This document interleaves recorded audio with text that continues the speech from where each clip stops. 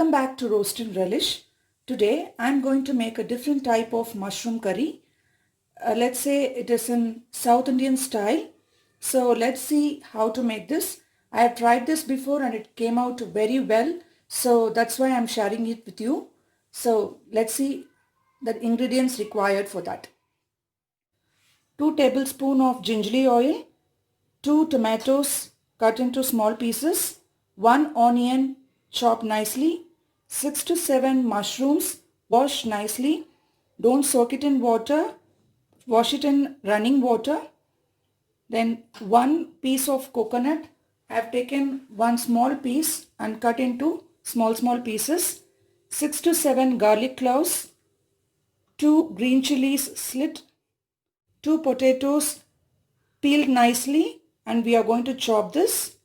Tamarind, 1 lemon size, I have washed and soaked in water. Mustard seeds for seasoning. Garnishing, we require coriander and curry leaves. Let's see how to make it. Spice powders are chili powder 2 teaspoon, turmeric powder 1/4 teaspoon, fenugreek powder 1/4 teaspoon, salt to taste. Fenugreek seeds powder can be made by roasting the fenugreek seeds in a tawa, dry roast it till it is brownish, and then you can grind it in a mixie. The name of this dish in Tamil is mushroom pori kolumbu. It's a type of curry. Let's see how to do this. Just now take a cooker, heat it up and pour gingerly oil in it. So I am pouring 2 tablespoons of gingerly oil. Now the oil is really hot. Let's add the mustard seeds. Let it splatter. I'm keeping it in medium flame.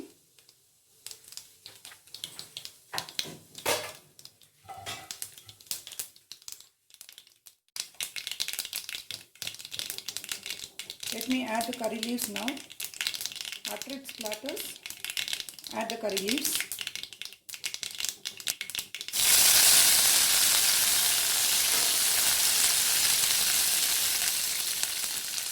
Now add the garlic cloves.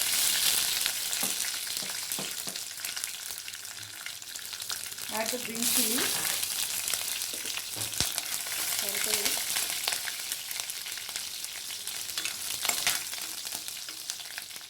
In medium flame, add the onions now.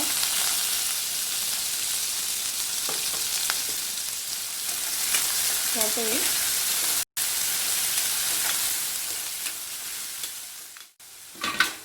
Now the onion is almost done. Add the tomatoes in it. Saute it for a few minutes till it turns mushy. You can add little salt to cook it fast. I'm adding little salt so that it cooks faster. Now the tomatoes are almost done. So it is mashed well, you can see. After it is mashed well, you can add the chopped potatoes. I have chopped it into small pieces, as you can see the size of it. Let me saute this potatoes for a few minutes.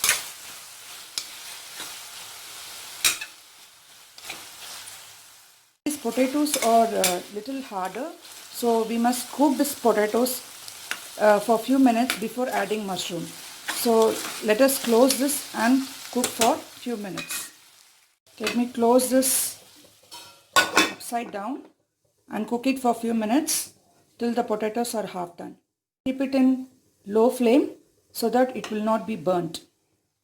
Meanwhile, we can grind this coconut in a mixer grinder. Pour little water to grind it nicely into a smooth paste.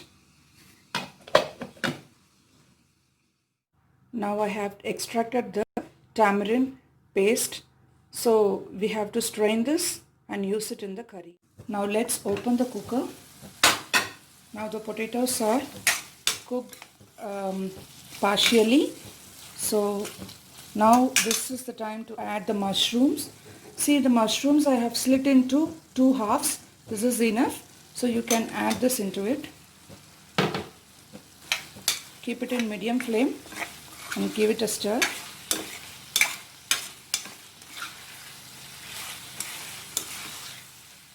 Now I'm going to add the spice powders. Let me add the chili powder. 2 teaspoons of chili powder.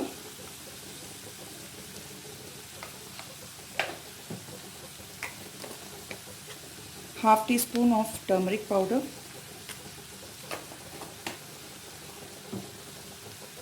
Salt to taste. Give it a stir.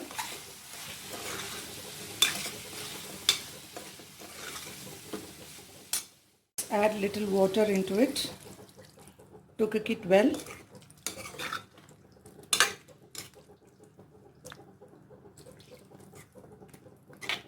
So this is enough.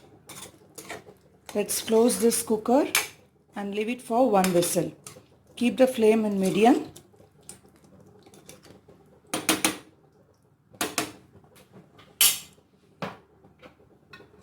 Let me close this cooker. You can also cook it in an open pan. I am cooking it in a cooker, so to make the process a little bit faster. I will open it after one whistle. See how nicely it has cooked well. Now it's the time to pour the coconut and tamarind. Now I have grinded this coconut. I'm going to pour it in this. No need to strain, you can pour it fully. I'm going to pour the tamarind, strain it and then pour the tamarind. So, little bit I'm pouring. Let's see the taste and then we can add it if you want. Stir it nicely.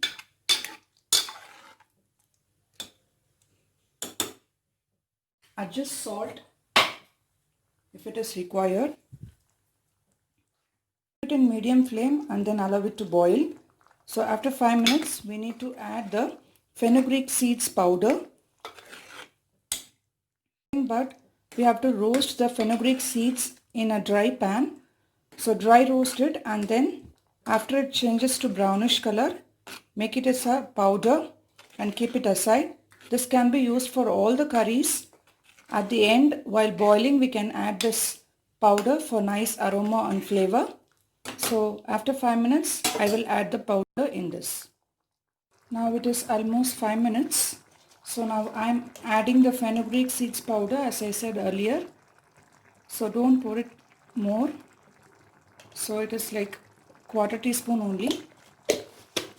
This is for flavor. Give it a stir. Let's add some coriander leaves. And after boiling, we can add still more coriander leaves for garnishing. Please keep it in low flame for the last 5 minutes. Now the tasty mushroom curry is ready to be served. We can garnish with little bit of coriander leaves. So it is almost ready. If you want this little bit watery, you can add little more water. So I wanted it a thick gravy, so I'm leaving it like this. So it goes well with rice, chapati, roti or puri, whatever it is. It tastes very, very delicious. So try this recipe at home. Delicious mushroom curry is now ready. It serves for 3 to 4 people. It will be very nice for rice, white rice, or else we can keep it as a side dish for any chapati or roti. Thank you friends. Thanks for watching. Hope you have liked this video. Meet you in the next video. Bye friends. Friends, the tip of the day is, if you buy the garlic, how to store the garlic without getting spoiled.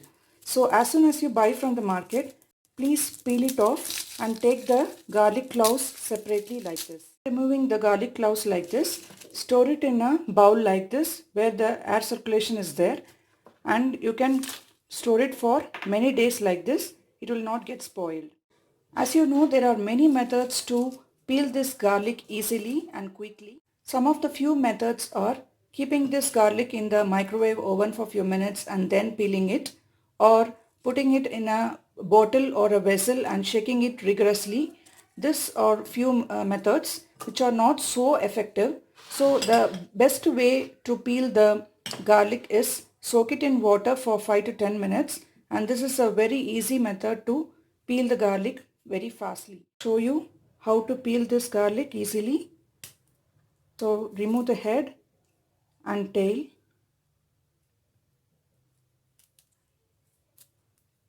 Now see how nicely it comes out without any difficulty. Very easy to peel. Another efficient method to peel this garlic is to keep it down on the ground and then press it with a knife nicely. Then you can peel it easily. See, it comes out. So you can peel it easily like this.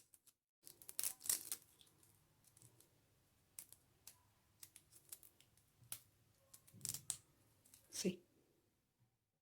Another most efficient method to peel this garlic is to remove the head and then tail like this, and then slit it into half, and now you can peel it within a second. See, it's a very efficient method to peel the garlic. So these tips will be very much useful for you. Many more tips are yet to come. So keep watching. Thank you friends. Thanks for watching.